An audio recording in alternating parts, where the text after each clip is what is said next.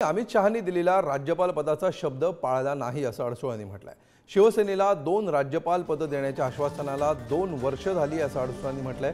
रवी राणांनीच नवनीत राणांना पाडलं असं देखील ते म्हणतात। आमच्या नेत्याबाबत अशी वक्तव्य केली तर महायुतीमध्ये राहायचं की नाही याचा विचार करेन। राणांना महायुतीतून बाहेर काढा किंवा आम्ही महायुतीत राहायचं की नाही ते सांगा।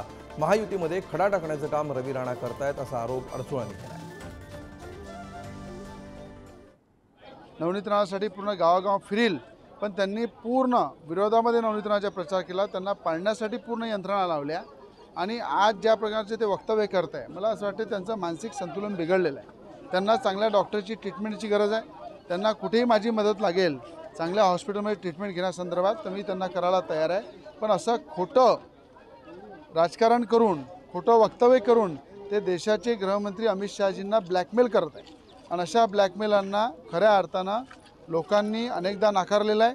त्यांना आता आराम करण्याची गरज आहे। त्यांचं वयसुद्धा झालं आहे आणि मानसिक संतुलन पूर्ण त्यांचं बिघडलेलं आहे। रवीजी राणा हे नेहमी जे वायफळ बडबड करतात आणि ज्याच्यामुळे खऱ्या अर्थानं स्वतःच्या बायकोचा सुद्धा घात ज्यांनी केला, त्या ठिकाणी आपण जर पाहिले तर सगळ्या पक्षाच्या नेत्यांशी संबंध हे खराब करून त्यांनी ठेवले होते।